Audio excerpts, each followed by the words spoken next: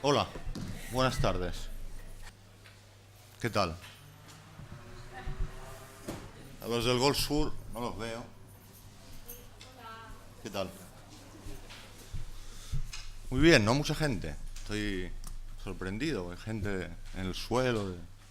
Está lleno esto. Antes me asomé a esta hora de la tarde. Yo no sé vosotros, pero me han llevado a comer a un sitio muy rico y la verdad es que ahora cuando apaguemos la luz, aquí no vamos a pagar si me hago una siesta. Hola. Que me da impresión que me hagan fotos, ¿no? Yo quería deciros algo. Estar sentado también me parece un poco raro, ¿eh? Cuando me gusta más estar de pie, pero me he hecho daño en la pierna, voy con una muleta, entonces me voy a quedar aquí sentado. A mí cuando me invitan a dar alguna charla o alguna cosa en universidades o escuelas o sitios de diseño, me sigue desconcertando un poco. Me desconcierta un poco esto del diseño porque lo entiendo, ¿eh? Entiendo que tengo algo que ver con esto del diseño, pero yo nunca me he sentido diseñador, no, es un mundo que no me siento en él.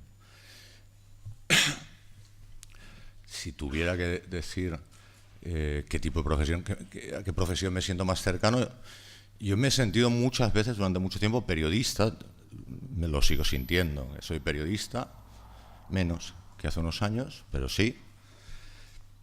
Y a veces, si se me permite la palabra que a mí me... artista, lo digo en voz baja porque esto del arte es una cosa que la palabra me suena un poco decimonónica, un poco antigua, no me la creo mucho, pero también. Pero diseñador no. Entonces por eso decía que me desconcierta, ¿no? Y como periodista, que esto sí, todavía dirijo el departamento de infografía de La Vanguardia en Barcelona, el diario La Vanguardia. He trabajado en muchos diarios, he tenido mucha suerte. Como periodista llevo 25 años y concretamente como infografista o como infografista aplicado al periodismo, he recorrido un camino curioso. Yo soy ilustración, inicialmente hace muchos años, era ilustrador. Y empecé en esto de la infografía por casualidad, que es una manera fantástica de llegar a los sitios. No me ha vuelto a pasar en mi vida, pero esta fue muy bonita, ¿sí? Por casualidad. Y cuando empezamos con esto de la infografía, porque empezamos nosotros, la infografía es una cosa muy antigua, pero a utilizarla de forma habitual en los medios de comunicación diaria, yo diría que coincidió con mis inicios, con mi época. Había una cierta confusión respecto a qué era esto de la infografía, ¿no? El diseño, la ilustración tenía algo que ver, pero no se sabía muy bien qué. No estaban claros los límites, no había unas reglas académicas y las tuvimos que hacer nosotros. Y al poco tiempo convinimos todos que lo nuestro era periodismo. Nosotros decíamos periodismo, comunicación, y en el caso de trabajar en un medio, periodismo. Y llegamos a ese acuerdo, en un consenso amplio, ¿no? En los últimos años se ha establecido de nuevo un debate en el mundo de la infografía periodística con la aparición de lo que se ha venido a denominar como Big Data, visualización de datos. No sé si esto sonará. Entonces está ahí todo un debate, abriéndose un debate, y esto viene sobre todo de la mano de diseñadores gráficos, que no de los periodistas, ¿no? Y aún ir reconociendo que todos los debates son interesantes y son enriquecedores, ¿no? Me parece a mí. Este creo que es especialmente estéril. ¿Por qué digo esto? Porque en realidad la infografía y la visualización de datos, la infografía, todas estas cuestiones ya las tenía solucionadas de antemano. Esto que estáis viendo aquí es una infografía del año 1854, por llamarlo de alguna manera, porque esto lo hizo un señor que era médico, que se llamaba John Snow. Y este médico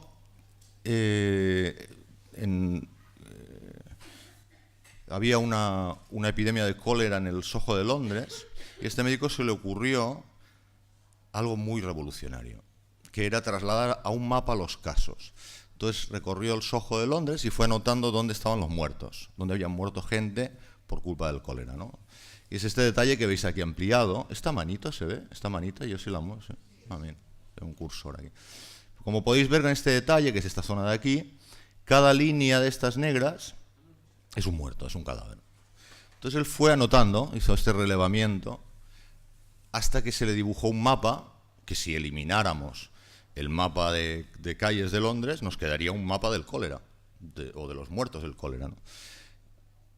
Y se veía que los casos se arremolinaban alrededor de un pozo, lo veis aquí, pozo de agua, que él recomendó, supuso que ese era el origen del cólera, ¿no? De la epidemia. Recomendó que lo cerraron y al poco tiempo la epidemia desapareció. Este es uno de los primeros casos, no el único, hay muchos aquí en España, en todas partes, pero este es especialmente interesante, o especialmente revelador del uso de la cartografía, el uso de los datos para dibujar realidades que no conocíamos. Sabes que hay cólera, pero no sabes nada más, ¿no? Y este es un caso que te dibuja esa realidad. Y ese es uno de los trabajos de la visualización de datos actual, ¿no? Pero también, si nos miramos este ejemplo del Universal Magazine del 1796, pues esto es un tipo de gráfico ilustrado de enciclopedia de toda la vida, ¿no? Siempre han existido. Que vendría a ser un poco la discusión que existe hoy, ¿no? El gráfico ilustrado, que sería este caso, versus los datos puros, todos los datos, que sería el del otro caso, ¿no? Claro, en este caso de hoy día podemos ver trabajos de este estilo con una infinidad de datos tremendas. Por ejemplo, ayer estaba mirando un gráfico del Guardian, en el que puedes ver todos los aviones del mundo en este momento dónde están. Lo podéis ver en internet luego si queréis, ¿no? Y la cantidad de datos que podemos recoger hoy en día son enormes y tenemos las herramientas para hacerlo, pero en esencia es la misma idea que la que vemos aquí, ¿no? Y este es un clásico, ¿no? Entonces, a mí me parece que es estéril sobre estas dos maneras de trabajar la información, es bastante estéril este debate, ¿no? Me parecería desde el lugar de periodista más interesante un debate sobre los géneros. Por ejemplo, el análisis, el reportaje, la crónica, es decir, géneros periodísticos, cómo los tratamos gráficamente, ¿no? Porque hoy en día se tratan todos igual, no hay ninguna diferencia entre un análisis, una crónica, es lo mismo, ¿no? Y eso sí me parecería interesante. Y especialmente interesante me parecería la opinión. ¿Se puede hacer opinión con gráficos, con infografía?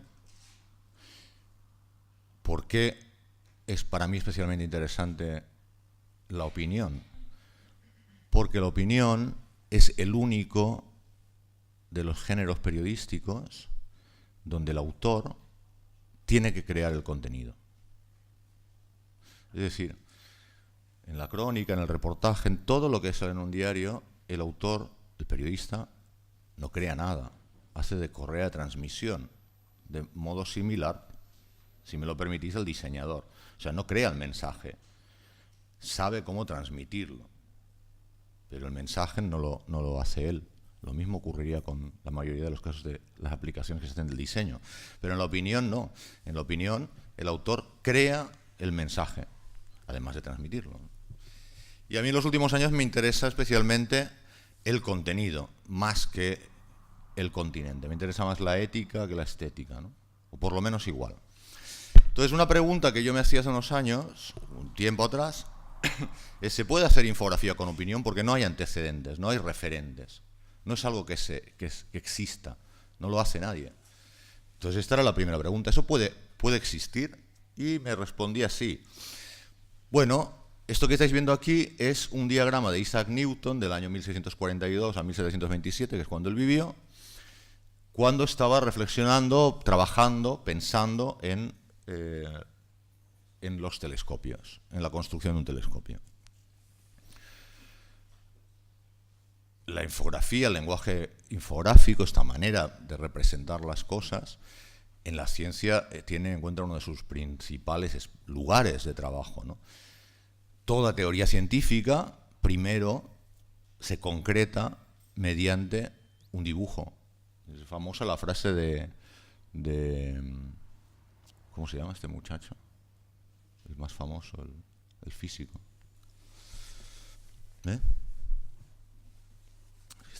Gracias. Es que esta memoria mía me tiene...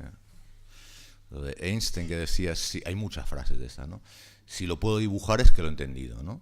Es una manera para los científicos de concretar, o al revés, si no lo puedo dibujar es que no lo he entendido.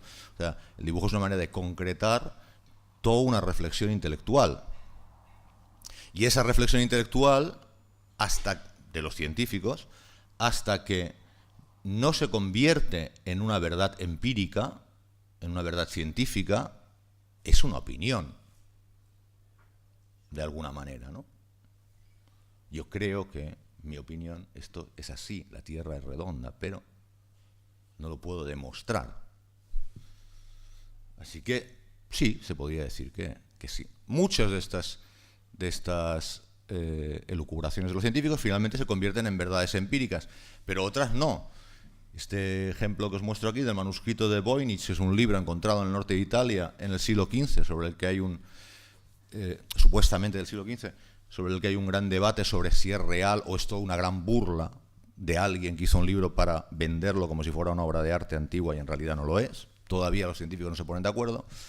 Pero este libro es prácticamente todo él un gran diagrama, está lleno de diagramas como este que podéis ver aquí, que es una representación del mundo, pues absolutamente interpretativa y subjetiva del señor que la hizo, pero que ha quedado con una voluntad científica, pero que ha quedado en eso, en una interpretación de la realidad, en una opinión, en una forma de ver el mundo, ¿no?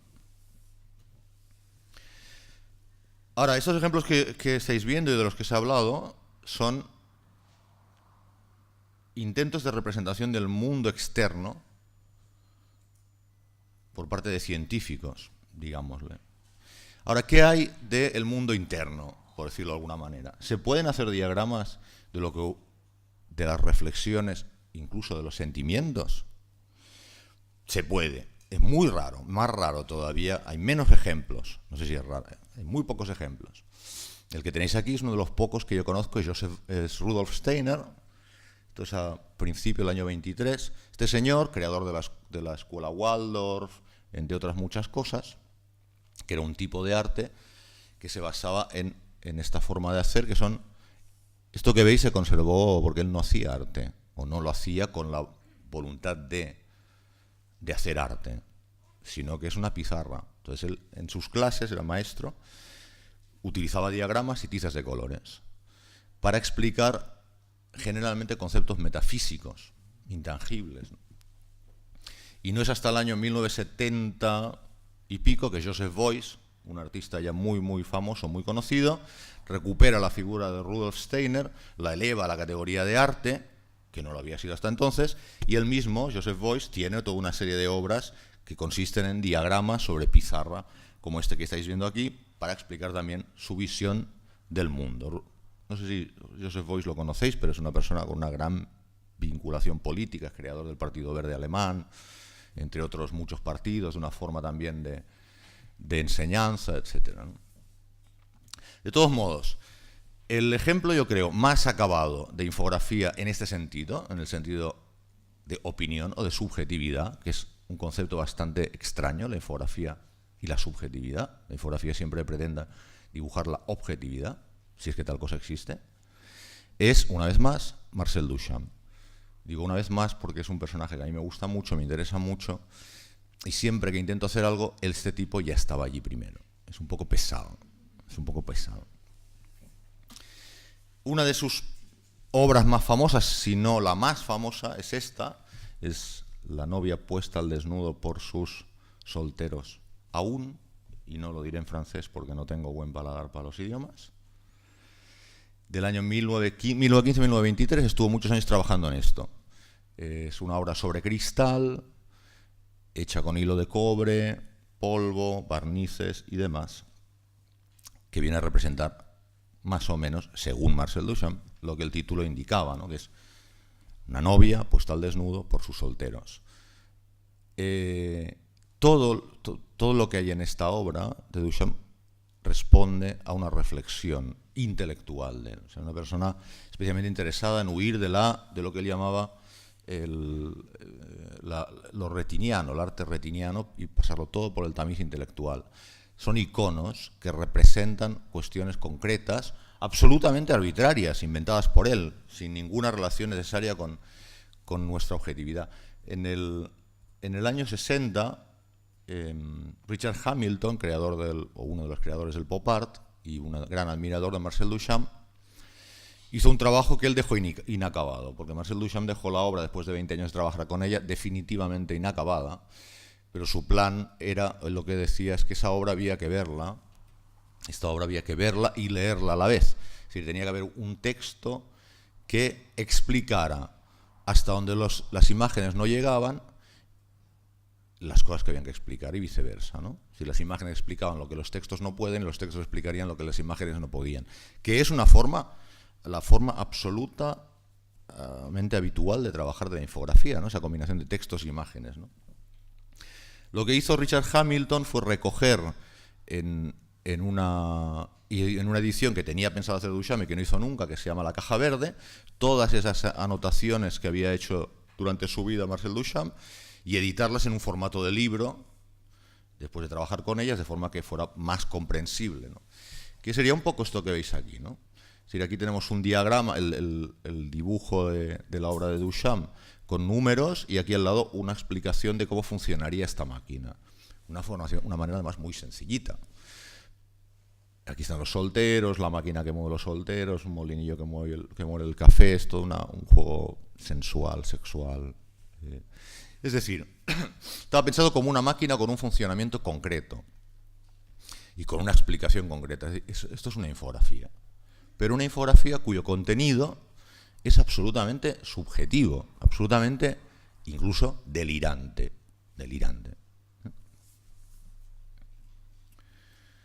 Buscando por un día, hacía tiempo por YouTube y por ahí, me encontré que había un grupo de gente que había hecho un vídeo de cómo funcionaría esta máquina si de verdad existiera. Bueno, es bastante flojito, pero os lo voy a poner, porque sí que me parece interesante el hecho de que los textos que escribe Duchamp explican de forma muy concreta,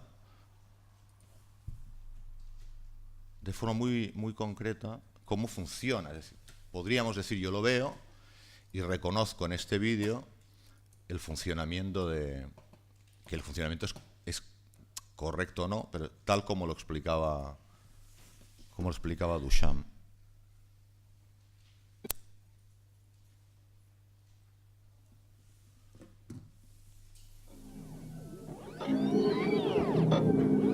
Se ve, ¿no?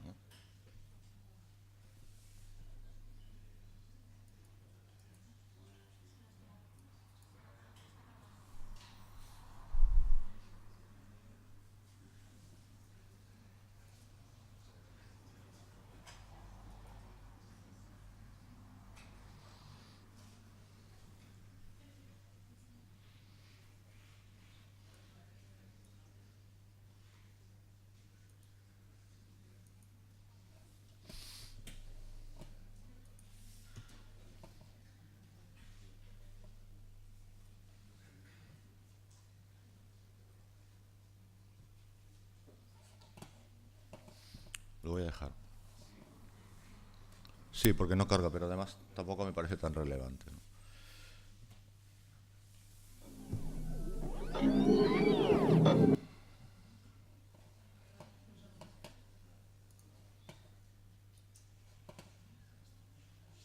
Si lo queréis ver, ponéis el nombre de la obra en YouTube y lo encontraréis.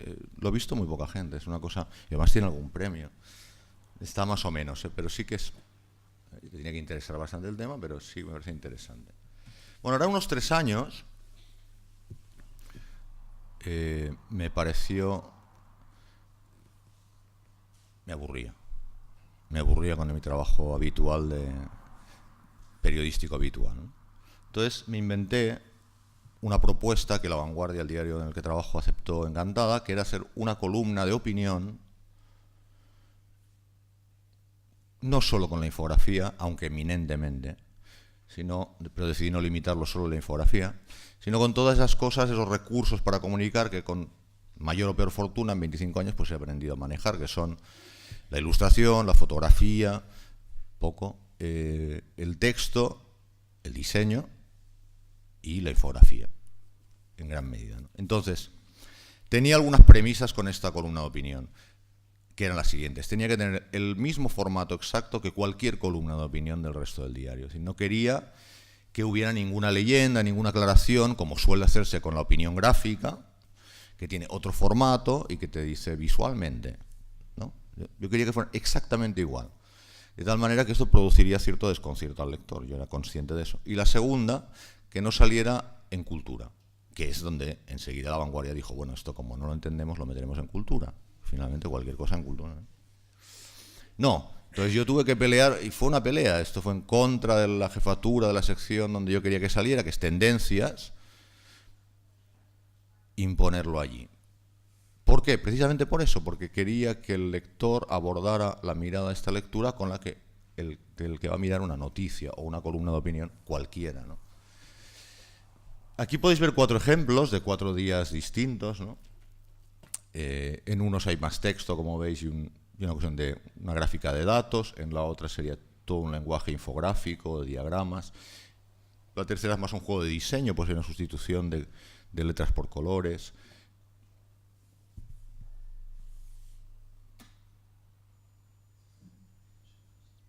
Bueno, os muestro muy rápido porque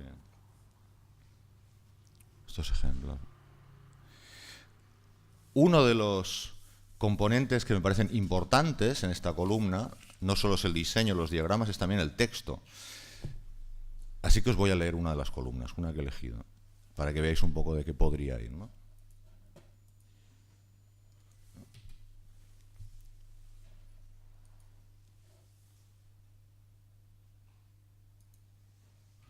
Bueno, es que había sonido, pero no funciona. Aquel día, al regresar del trabajo, encontró a su mujer entusiasmada. Algo excitante le había ocurrido a su vida sexual. El Instituto Nacional de Estadística le había hecho una encuesta telefónica. Él también se alegró. Finalmente podría verse reflejado en esas estadísticas que de forma regular publican algunos medios de comunicación y en las que nunca se sentía representado. Ella le propuso un juego de pareja. Él respondería las mismas preguntas que a ella le habían formulado y verían hasta qué punto sus respuestas eran coincidentes. Llevado por el sentimiento de protagonismo y ajeno a todo el embrollo en el que se estaba metiendo, aceptó. Primera pregunta. ¿Con qué frecuencia mantienen ustedes relaciones sexuales? 4 veces a la semana. Había sido un buen día y se sentía capaz de duplicar la media nacional. Segunda pregunta. ¿Cuánto tiempo duran sus relaciones sexuales?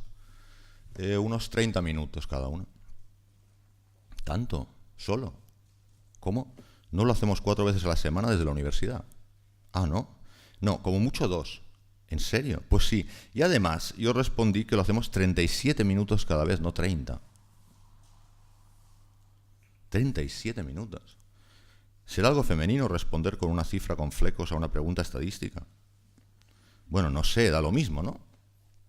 Menos tiempo, pero más veces. Ella ya estaba bolígrafo en mano. Pues no, no es para nada lo mismo. Y tú, que te pasas el día manejando datos y haciendo gráficos con ellos, deberías saberlo mejor que nadie. Tú mantienes relaciones sexuales 46 minutos más que yo a la semana, dijo arqueando la ceja.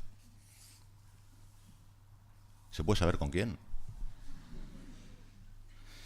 Desde ese día la confianza fue menguando y él sigue intentando averiguar con quién mantiene relaciones sexuales 3/4 de hora por semana.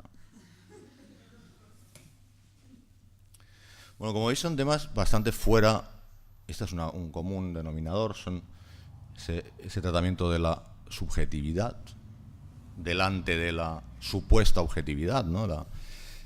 El uso de la infografía para las estadísticas estas por las cuales, pues, en relación a este tema, pues, no sé, tenemos una media, a lo mejor, de actividad sexual los españoles de 2 veces a la semana, martes y jueves. Estas cosas que dices, ¿pero de quién están hablando? De mí no, ¿no? Utilizadas para un uso personal o íntimo y el sentido del humor, ¿no? Ahora bien, todo este trabajo tiene una utilización, una primera utilización, un primer fin editorial, que es publicarse en La Vanguardia o en algún otro medio que luego se ha ido publicando, pero también una salida de carácter, como hablaba antes, más artístico, más expositivo, de carácter expositivo. Es decir, hay algunos trabajos que me doy cuenta que el papel impreso se les queda pequeño, que necesitan otro tipo de soporte, otro tipo de formato para que se entiendan bien y lleguen bien, o que tienen esa posibilidad más que para entenderse bien, ¿no? Y entonces hay algunos de estos trabajos que los desarrollo en esa idea de que sean un formato expositivo. Os voy a mostrar rápidamente algunos que tienen esta capacidad de poderse adaptar al formato editorial, pero también al espacio más cercano al arte, ¿no? Antes me preguntaban qué es lo que hago yo, y la verdad es que a veces no lo sé muy bien, ¿no? Porque cuando empecé a hacer este trabajo en concreto pensaba, pero yo estoy haciendo periodismo, estoy haciendo arte, no sé bien qué estoy haciendo, ¿no? Bueno, he tenido la suerte al final de que han sabido encontrar un espacio estos trabajos en los medios editoriales, es decir, y medios editoriales muy alejados del ámbito artístico, pero también de encontrar un espacio en el arte, lo cual me parece que es maravilloso, ¿no? Este que os enseño aquí, lo que veis a la izquierda sería la columna publicada en La Vanguardia, lo que veis a la derecha es una página de la revista Corriere Internacional donde colaboro más o menos una vez al mes, 2 veces al mes, y que generalmente lo que ellos quieren es una adaptación de lo que sale publicado en La Vanguardia, ¿no? Este ejemplo es un tema muy político, yo creo que debe ser el único que he hecho con esta intención. Muy político y además creo que es un juego muy infográfico, bastante tradicional incluso, en el sentido de que no trata un tema íntimo, sino un tema ajeno, que es la mutilación genital femenina. Debajo de ese título de Pinta y colorea, como si fuera un juego para niños, te presenta 4 dibujos que si los coloreas debería parecerte los 4 tipos de mutilación genital femenina que se practican en el mundo y que aparentemente no puedes ver. Este serían los genitales, este sería la clitoridectomía, este sería la escisión y este sería la infibulación. Y me imagino que no habréis visto casi ni diferencia, ¿no? Volvamos para atrás. Bueno, esta es la parte que se mostró, que se muestra en formato expositivo. Pero ciertamente tendrías que entrar a dibujar, o colorear, mejor dicho, para verlos, ¿no? Coloreados son así.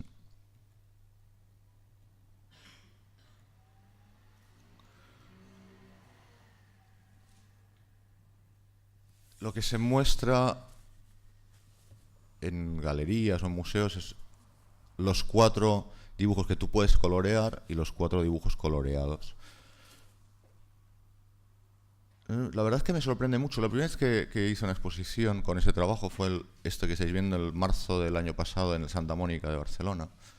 Y me llamó mucho la atención porque yo pensaba que la gente colorearía. Al lado hay una serie de gráficas y de estadísticas que en la foto casi no se ven, que te hablan de que son cerca de 50 millones de mujeres mutiladas en el mundo, hoy en la actualidad, ¿no? El tipo de mutilación, eso.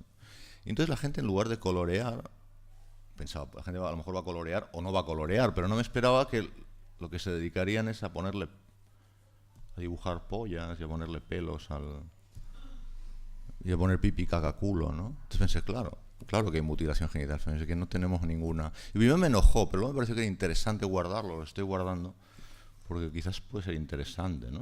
Mostrarlo, hacer algo con eso. Bueno, este que veis aquí parte de una idea aparentemente muy sencilla, que es, si yo ahora digo rojo, aquí cada uno se imagina un rojo diferente. Pero lo mismo ocurre con todas las palabras. Es decir, lo que para mí puede significar un sentimiento como el amor, para otra persona puede significar lo opuesto. Porque para mí el amor puede, según mi experiencia, puede ser algo feliz, puede ser algo sexual, puede ser... Y a otra persona le puede llevar a algo de melancolía, tristeza o frustración. Es decir, la comunicación entre las personas es algo realmente improbable, por no decir imposible. Y aquí ese juego está hecho mediante los colores. O sea, cada color tiene asignado un sentimiento concreto y cada círculo es una persona. Entonces, esa representación gráfica te vendría a explicar, de una forma, dicho así sencillamente, que la comunicación entre las personas viene a ser imposible. Lo que veis aquí son 3 ejemplos: Courrier, La Vanguardia y la revista alemana InGraphics, que también publicó un detalle de una obra mucho más grande, ¿no? De esto hay una versión en vídeo, que es lo que generalmente muestro en las exposiciones, que no la vamos a ver porque no anda muy bien. Y luego una instalación, que es esta. Aquí podéis ver una foto, un detalle de una que inauguré en noviembre en México, que las dimensiones pues pueden ser muy grandes, se adaptan al espacio expositivo, ¿no? Y que viene a representar esta idea que os contaba.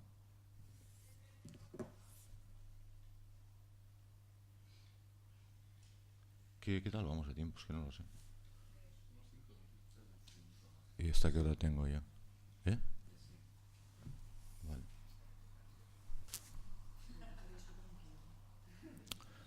¿Eh? ¿Vamos bien? Sí.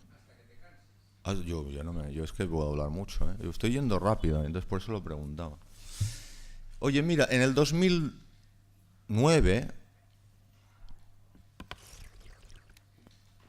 empecé a llevar una agenda de mi vida sexual.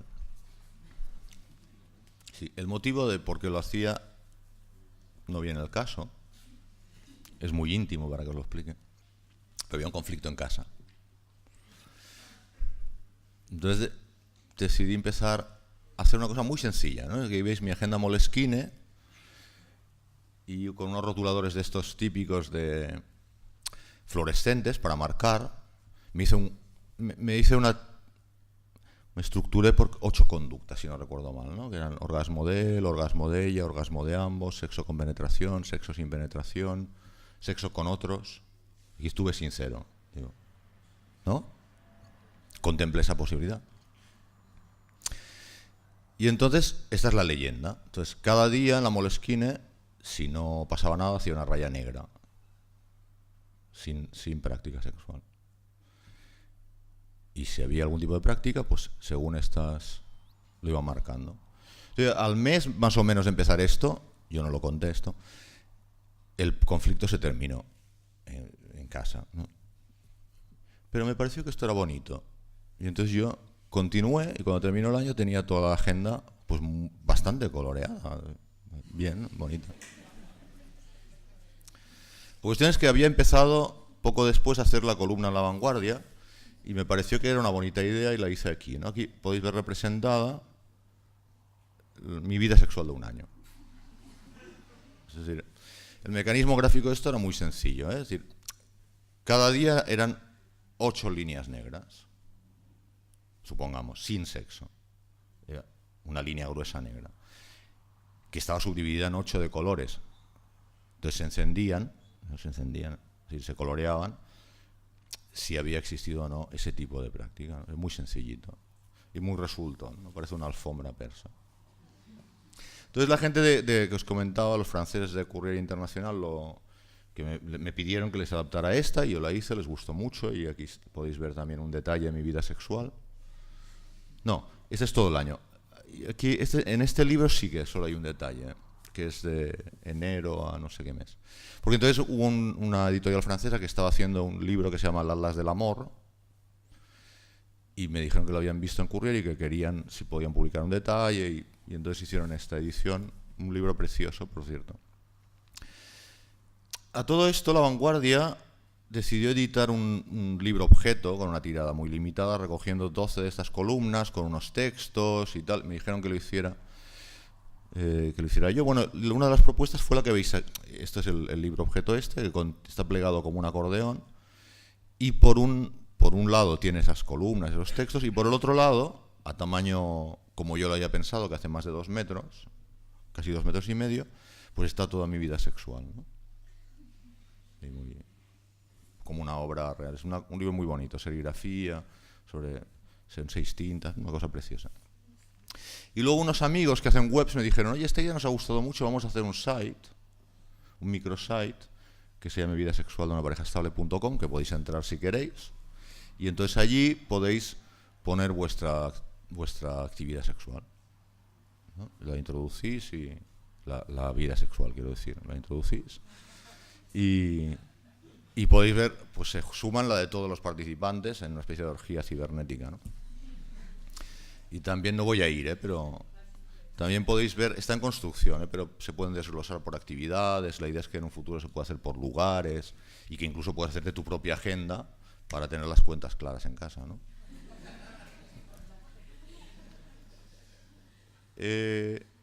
La cuestión es que dos parejas, 4 amigos, bueno, 2 amigos son sus parejas, les gustó tanto la idea que se engancharon y hicieron también su vida sexual.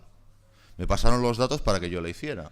Y entonces se la hice y se creó este tríptico tan... Bueno, esta es la mía. No, te lo digo porque, como veréis, hay más color. Esta es de aquí, creo que es esta, ¿no? Los de allá estaban más bajos de forma. Bueno, hicimos este tríptico que me pareció muy bonito y entonces, bueno, aquí veis un detalle de la exposición del Santa Mónica donde están los 3 y pone también la microweb y yo es que no me hubiera imaginado nunca cuando empecé que mi vida sexual pudiera llegar tan lejos, sinceramente, ¿no?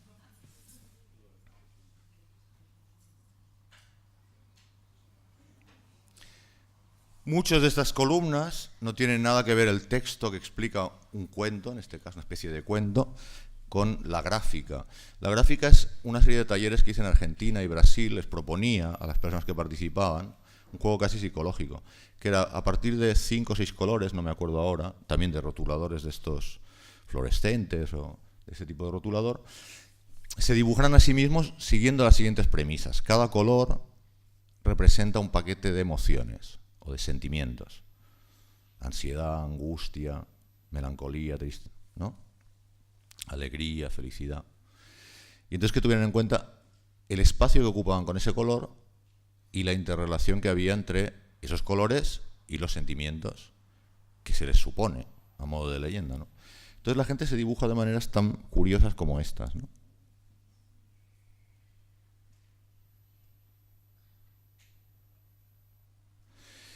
Me parecieron muy bonitos, los empecé a juntar y los utilizo también para muestras, ¿no? Y bueno, aquí hay pocos, normalmente es bastante más grande que esto. Otro de los juegos que me parecen interesantes de ese trabajo es verdad, veracidad. Esto que os acabo de contar es cierto o me lo he inventado todo. Bueno, que hice los talleres es cierto y que los hice así es cierto. Estos son los trabajos de la gente, son los míos. ¿Es esto relevante?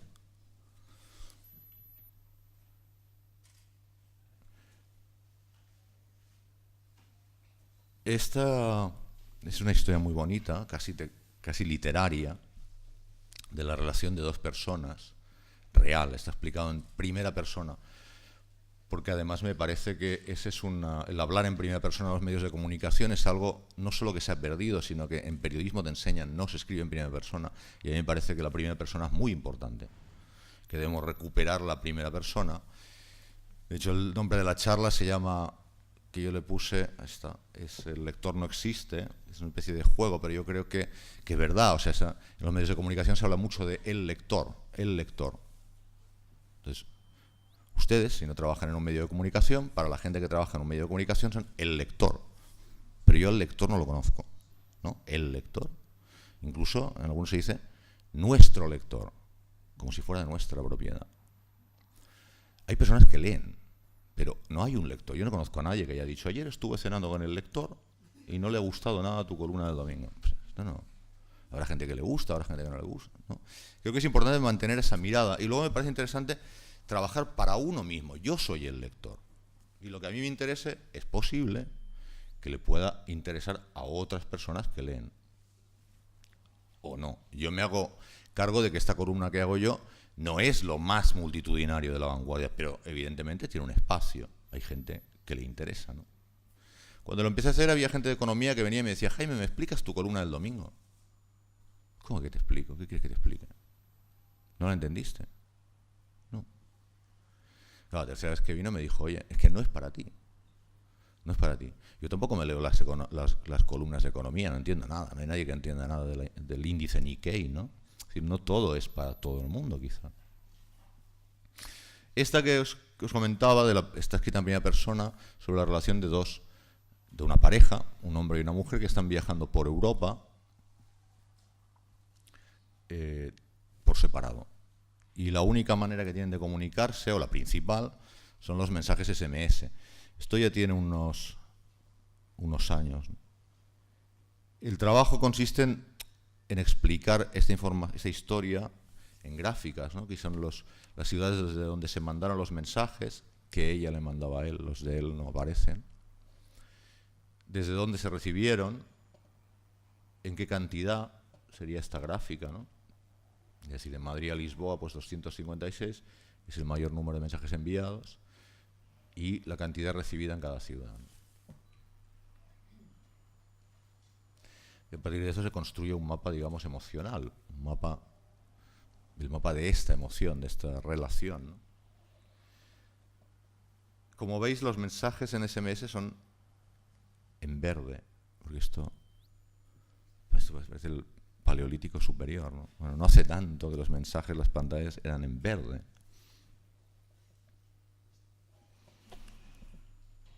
Estos son todos los mensajes recogidos de esta historia, ¿no? Y esto sería lo que se puede ver en las exposiciones, ¿no? Que es el desarrollo en gráficos, una pantalla luminosa con todos los teléfonos móviles y un teléfono pequeño de las mismas características del que existía, donde se va proyectando una película que dura un par de horas, con todo, como si estuvieras recibiendo en ese momento los mensajes SMS. Es una historia bastante tragicómica a veces, ¿no? Es un monólogo un poco... En el caso del Santa Mónica, por la noche se dejaba proyectándose esta película toda la noche sobre las Ramblas, ¿no? Y era un poquito obsceno esa representación de lo íntimo a un tamaño tan grande en plenas Ramblas, ¿no? Bueno, y finalmente os voy a enseñar uno también escrito en primera persona, que se supone que soy yo dejando de fumar. ¿Sí? Es decir, yo, para dejar de fumar, decidí hacer un viaje por Estados Unidos. Bueno, no, iba a hacer un viaje por Estados Unidos. Sí, el orden es este. Y entonces dije, ¿qué podría hacer con la adicción al cigarrillo que tengo que se convirtiera en algo, ¿no? Entonces se me ocurrió que a cada cigarrillo que fumara haría, con ayuda de un GPS, una quemadura en un mapa, en el mapa que utilizaba para hacer el viaje, ¿no? Entonces iba con el GPS y decía, ahora estoy aquí, voy a encender un cigarrillo, y quemaba el mapa, ¿no? Entonces, un poco en plan pulgarcito. Este es el resultado de este trabajo. Cuando llegué aquí a Nueva Orleans, pues dejé de fumar, ¿no? Bueno, luego ya en casa desarrollé todas estas gráficas, ¿no? Y te salen cosas curiosas. En el sudoeste casi no se fuma, estas cosas de la estadística que son francamente llamativas.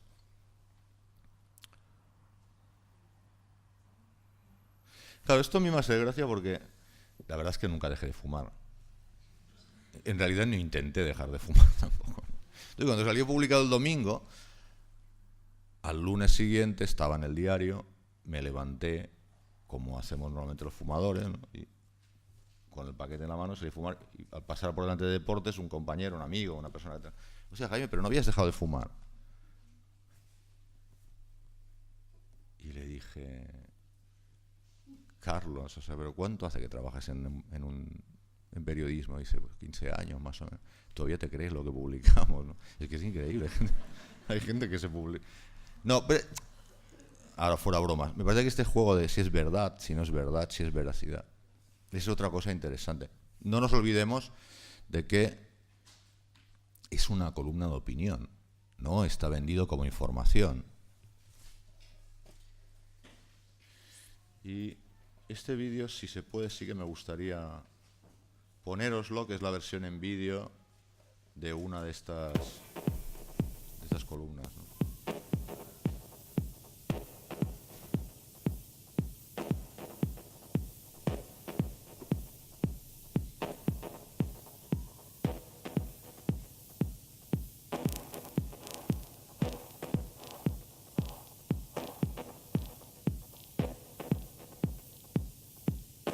Individuos normales son mayoría y orbitan alrededor de un centro de pensamiento común que se llama norma.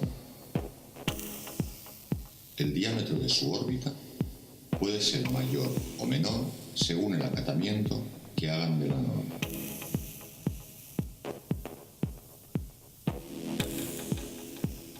Individuos excéntricos están situados fuera del centro común y pueden orbitar o no en torno al centro propio.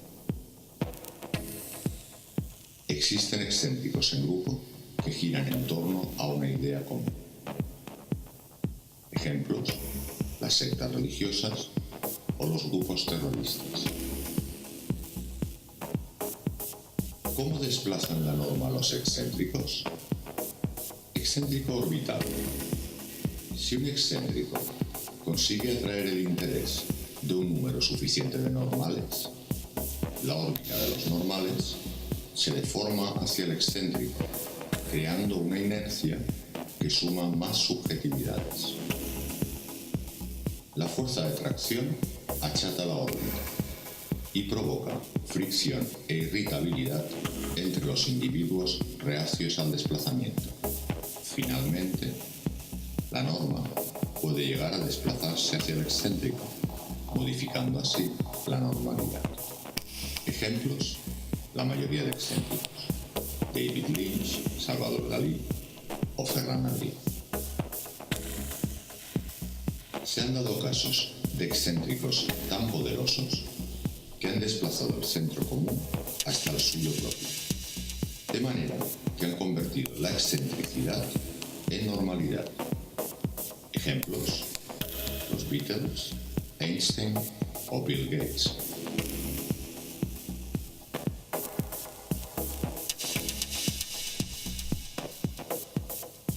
¿Cómo desplazan la norma los excéntricos sin centro? Cuando los normales llegan al punto de atracción del excéntrico, este ya está en otro lugar, lo que crea así un movimiento permanente de la norma que desconcierta a los normales y provoca reacciones agresivas hacia el excéntrico. Ejemplos: Miles Davis, Steve Jobs o Marcel Duchamp.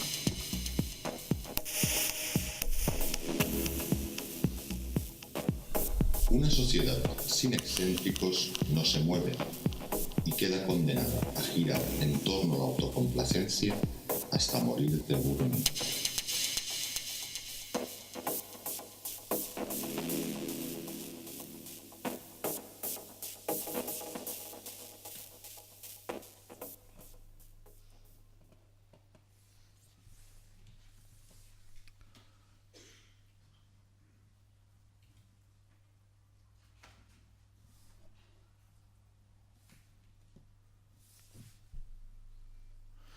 Hace unos 15 años hacía esto. Como veréis, aparentemente no tiene mucho que ver. Y no solo aparentemente. Pero sí tiene una evolución clara, ¿no?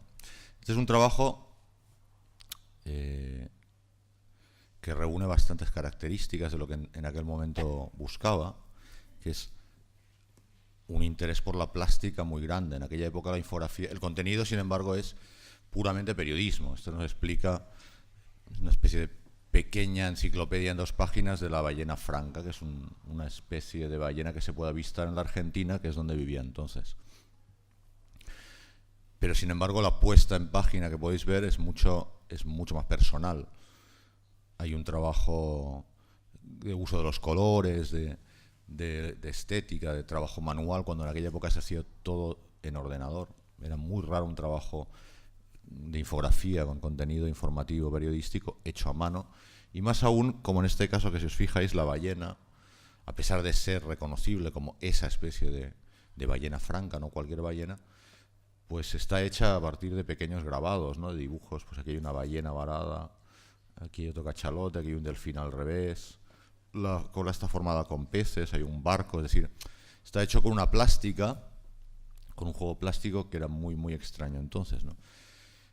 a mí me interesaba mucho saber si se podía hacer periodismo visual, periodismo gráfico, y construir un estilo personal y reconocible a la vez, y también que ese estilo potenciara la información que estábamos intentando transmitir. Aquí veis una del crack del 29 y la fiebre, ¿no? La gráfica de fiebre tradicional en economía está hecha con unos cristales cortados, ¿no? Y mucha morfología, un trabajo de collage, y es muy poco habitual, ¿no?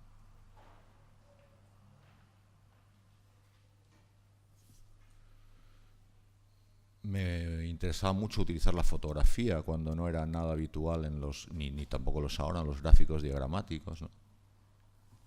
Ya existía un interés claro por el uso del trabajo manual, como os contaba antes, en este caso con marcadores de colores para explicar el funcionamiento del Viagra, ¿no?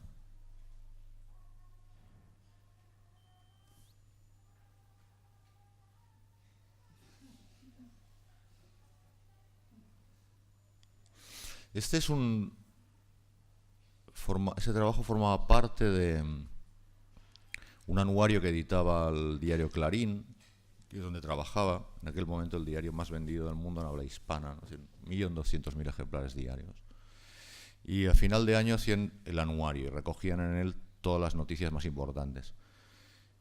Y había 2 páginas de gráfico de cada una de las secciones, economía, política, información general, que recogía lo más, según la redacción, lo más importante. En este caso era la caída de las bolsas desde Asia hasta Latinoamérica, ¿no? Y a mí me pareció interesante en aquel momento hacerlo con el lenguaje del fax, que es una cosa que ya parece viejísimo, pero que bueno, aún existen los fax, ¿no? Entonces la sección de economía solía traer mucho la información con fax. Entonces me traían los datos en fax y yo me puse con dos faxes y me iba mandando la información de uno al otro. Pues me parecía que esa tinta era muy interesante, ¿no?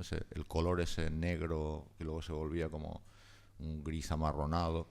Y según las cosas que iba haciendo, lo iba con unas tijeras y pegamento, lo iba armando, ¿no? Que es esta composición que hice aquí. El problema fue cuando ya lo tenía terminado, listo para mandar a la imprenta,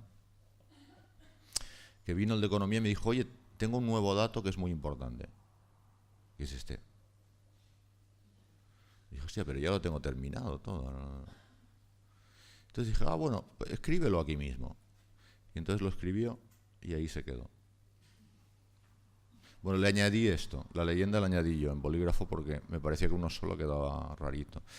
Luego en el año 2000, al año siguiente, que estuve en Barcelona haciendo el manual de estilo del periódico de Cataluña, le incorporé esto dentro del estilo, ¿no? El hacer las cifras destacadas a mano. Durante un tiempo salió, pero el periódico es un medio complicado. Una de las cosas que me sorprende de estos trabajos que tienen tantos años cuando los reviso es un poco la perdurabilidad que tienen. Es decir, 15, 16, 17 años es mucho tiempo y sin embargo podían haber sido hechos hoy. En muchos casos porque podían haber sido hechos hace 50 años también. Sí. Este que veis a la izquierda es un gráfico que hice en el año 96 para Clarín, que explica, es un gráfico muy sencillo, un gráfico de torta, ¿no? Nos explica que casi la mitad de los argentinos son pobres, o eran pobres, no tenían el dinero para subsistir, para comprar lo esencial para la vida, que son estas migajas del pan que veis, ¿no? Bueno, otra cosa que me pareció interesante de este trabajo es que había una carga de opinión, sin duda. Además de ser un gráfico estadístico, había una carga de opinión, ¿no? Este 42,6 se queda con las migajas y el resto con la utilización de la imagen del pan, ¿no? Aquí fue donde empecé a pensar en la posibilidad de utilizar la infografía para hacer opinión en el año 96. Pero no encontré una solución, porque aquí lo que me encontré ahora con que los datos son los que son, no pueden ser nunca una opinión. Lo que es una opinión aquí es la utilización de esos datos, que no son ninguna opinión. Y ahí tenía un poco de conflicto. El caso es que el año 2012, en La Vanguardia, me dijeron por qué no rescataba ese gráfico para explicar la situación de España hoy, donde el 38% tiene un sueldo que a duras penas llega para subsistir, ¿no? Y luego Courier Internacional, que también lo vio, me pidieron que les hiciera el mismo gráfico. Esto es España hoy y esto es Argentina hace no sé cuántos años. Esto es el 2013 y el gráfico sigue funcionando bastante bien, ¿no? Uno de los últimos trabajos que hice en aquella época, donde la plástica era tan importante, donde el estilo personal era tan importante, pero seguía utilizando temas ya fuera de la agenda, porque en este caso lo que explica el gráfico son grandes inventos de la humanidad. Y un día me encontré en una librería de viejos en Buenos Aires un libro de la Oficina de Patentes de Estados Unidos, donde transcrito tal cual, el inventor lo había hecho, incluso con dibujos, diagramas del inventor, te explicaban grandes inventos que nunca habían funcionado. No sé por qué, porque algunos son realmente brillantes. O sea, este que veis aquí en medio es un sistema de escape para incendios en Nueva York, ¿no? Si tú hay un incendio en un rascacielos, te pones un casco con un paracaídas y unas botas de caucho y te tiras el piso 20. O este que veis aquí, ¿no? Este tubo que hay aquí es un sistema para calentar los pies. Un tío parece que andaba con los pies congelados y dijo, yo con este aliento tan caliente y los pies congelados, ¿no? Entonces dijo, oye, pues igual que me caliento las manos, me pongo un embudo con unos tubos hasta los pies, hasta los zapatos. Oye, pies siempre calientes, ¿no?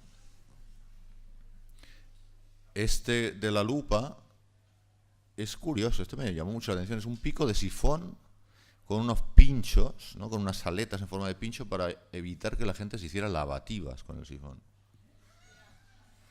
Debía ser una práctica normal en el Estados Unidos de aquella época, no tengo ni idea. Pero sí, número de patente, tal. A mí el que me gusta es este del pez.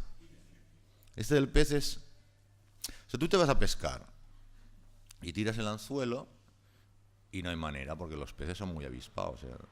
Entonces, este tío dijo, joder, pues si le pongo un espejito con el anzuelo, cuando venga el pez, dirá, no lo veo claro, pero a la que vea reflejado en el espejo, otro pez que se abalanza hacia el gusano, un competidor, el tipo, ¡ras!, se tirará, ¿no? Bueno, y una gafa para evitar picaduras las gallinas. Bueno, esto es información real. Es decir, existe en la patente de Estados Unidos y está publicado número de patente tal, invento tal, autor tal, los textos incluso entrecomillados están escritos por los propios inventores, e incluso los dibujos están sacados de alguna manera, trabajados sobre grabados originales de la época. Ahora, como veis, está totalmente fuera de lo que habitualmente publican los medios de comunicación, está totalmente fuera de la agenda periodística. Y mi pregunta cuando lo vi hace poco era si en realidad esto me lo hubiese inventado como una forma de crítica hacia lo que conocemos como progreso, ¿habría funcionado igual o no? No lo sé. Pero en realidad tengo la sensación de que esto era el año 2000, estaba a un paso de lo que en los últimos 3 o 4 años he estado haciendo y sin embargo me llevo 10 años. Pero bueno, a veces estas cosas del trabajo creativo y el diseño y eso tiene esto, ¿no? Y creo que me he pasado incluso en el tiempo y es todo lo que quería deciros, ¿no?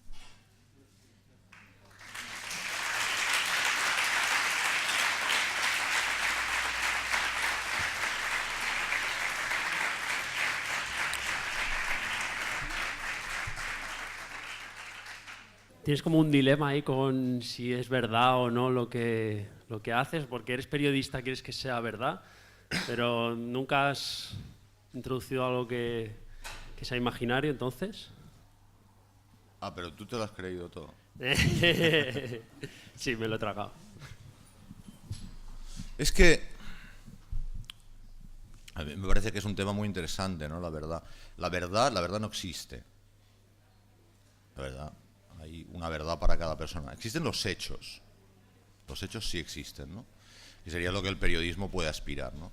A contar los hechos. La verdad incluye emociones, sentimientos y eso ya es. Pero sí que me parece que es bien interesante de tratar lo que es real, de lo que no es real, los géneros periodísticos, ¿no? Es decir, por ejemplo, la columna esta de la historia de la pareja que está por Europa y los mensajes SMS es absolutamente real porque era yo y me guardé los mensajes y Pero es que es importante. Es decir, lo que realmente importante es que tiene una coherencia, ¿no? Que tú lo puedes hacer, es más, que tú cuando lo lees lo puedes hacer tuyo, como lector, ¿no? Lo puedes hacer tuyo. Puedes estar hablando de cosas, de amor, de desamor, ¿no? que tú entiendes, ¿no? Pero no me parece que es, insisto en que son formato de opinión, no me parece que es tan relevante si los datos son ciertos o no lo son, ¿no? Me parece que sí. Me parece que es muy interesante si es cierto o no. Hay cosas, muchas de aquí, que son ciertas en el sentido de que son vivencias personales, reales, cuantificadas y demás, y otras que no lo son, ¿no?